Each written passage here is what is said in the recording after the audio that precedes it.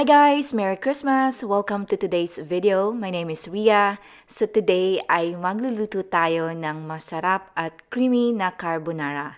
So ito yung Filipino style na carbonara.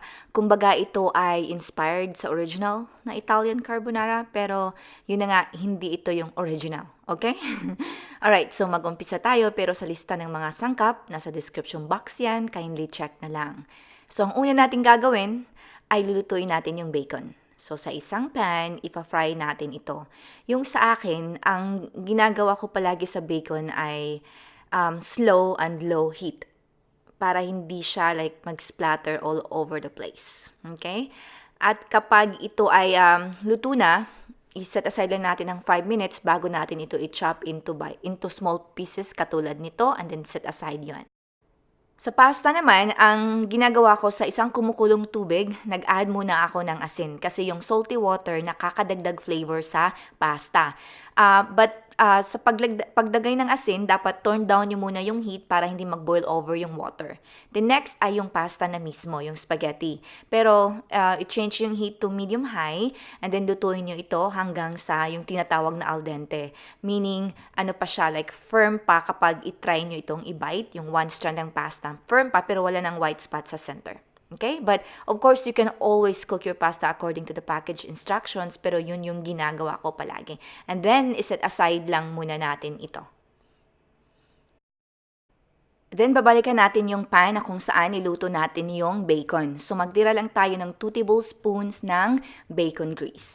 Dito, gisahin natin yung yellow onion at saka yung mushrooms. Okay? So, gisahin, lutuin ito, I would say mga 8 to 10 minutes to 10 to 12 minutes, depende rin yan sa kung gaano kalaki or kalit yung pagkahiwa nyo ng mushrooms. Nag-add din ako dito ng butter.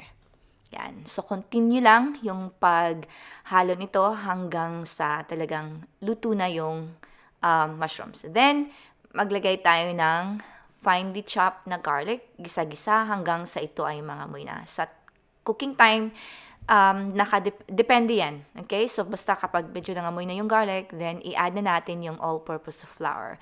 Ito yung ginagamit, or ito yung gagamitin natin as thickening agent, kumbaga. Okay?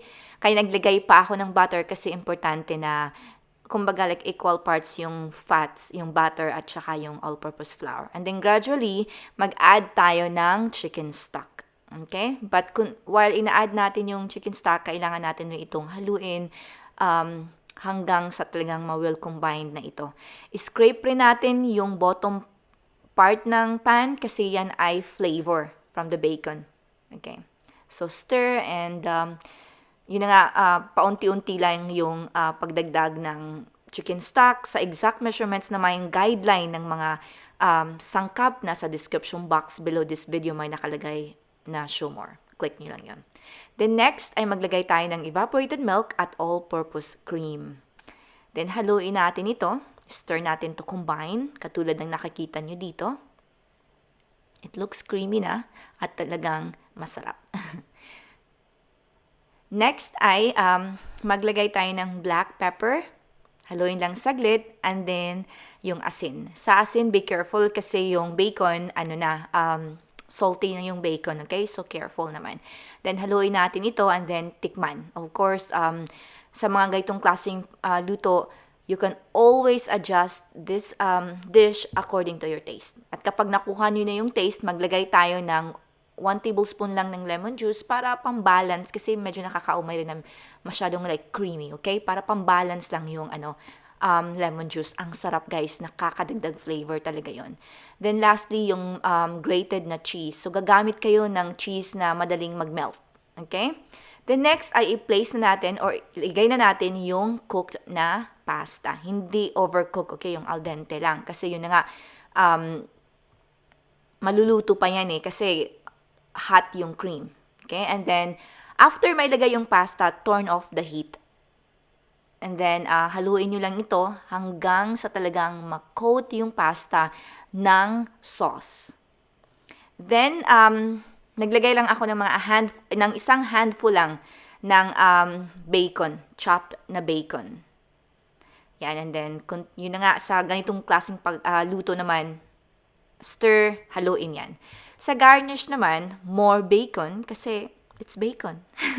And then, yung grated na cheese at yung parsley. Sa parsley, nakakadagdag flavor, guys. Kung meron kayong access ng parsley, add some parsley kasi talagang nakakadagdag sarap.